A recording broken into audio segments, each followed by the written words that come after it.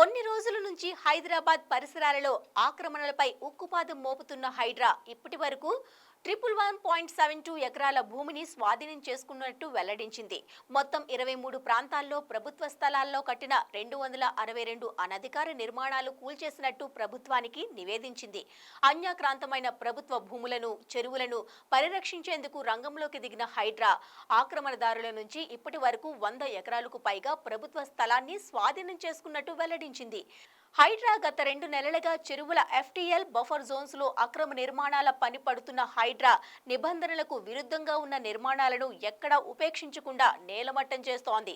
రామ్ నగర్ మನೆమ్మ గల్లీలో 3, గగన్ పహాడ్ అప్పా చెరువులో 14, అమీన్పూర్ పెద్ద చెరువు పరిధిలో 24, మాదాపూర్ సున్నం చెరువులో 42, దుందిగల్ కత్వా చెరువు పరిధిలో 13 అక్రమ నిర్మాణాలను నేలమట్టం చేసినట్టు హైడ్రా వెల్లడించింది.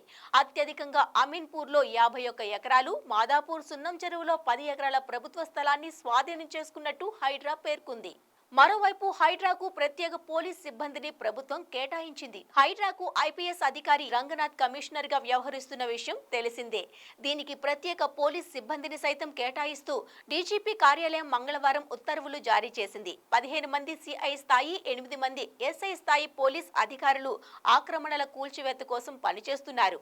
ఈ సిబ్బంది కేటాయింపుతో ఆక్రమణల తొలగింపు చర్యలు మరింత వేగవంతం కానున్నాయి.